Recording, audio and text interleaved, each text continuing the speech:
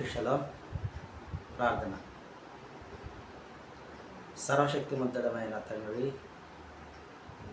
మీ ఘనమైన నామమునకు స్తుతులు స్తోత్రాలు చెల్లించుకుంటున్నా.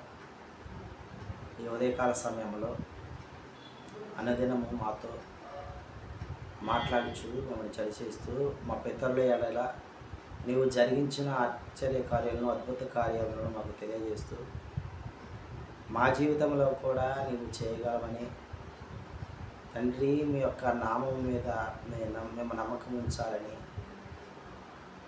నీ యొక్క సత్య మార్గంలో నిలవాలని, నిలిచినప్పుడు మాత్రమే నీ నుంచి వచ్చే సహాయం మేము పొందుకోగలమని, స్వస్థతను మేము అనుభవించగలమని, నీ స్వాస్థ్యమును మేము పొందుకొనగలమని తెలియజేస్తున్న తండ్రి, మీకు వేలాది స్తుతులు స్తోత్రాలు చెల్లించుకుంటున్నాం. మరి నీ యొక్క చిత్తానుసారములో మేము నడుచుటకు మమ్మల్ని బలపరుస్తూ స్థిరపరుస్తూ ఆయత్తపరచున్నందులకై మీకే వేలాది స్తుతులు స్తోత్రాలు చెల్లించుకుంటూ ఈ మా మనవులను మా రక్షకుడి మోక్షకుడైన నజరేయుడైన యెషువా మెస్సీయ నామములో అడిగి పొందుకుంటున్నాం తండ్రి. ఆమేన్.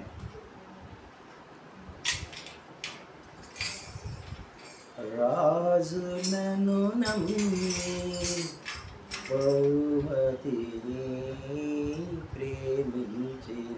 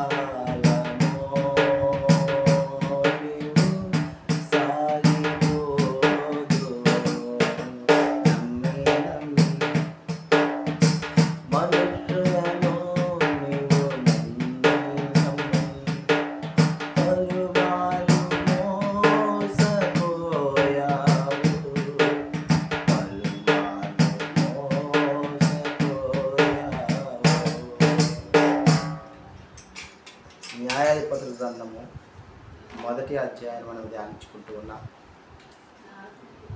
యెహోషువ వారు మృతి పొందిన తర్వాత మరి ఇజ్రాయేలీ అందరూ కలిసి ప్రార్థన చేస్తూ ఉన్నారు. దేని నిమిత్తం అంటే కానానీయులతో యుద్ధానికి పోవటానికి. ఇక్కడున్న గోత్రములలో ఏ గోత్రం వారు ముందు వారి మీదకి పోవాలని ఎలోహిం వారికి ప్రార్థన చేయగా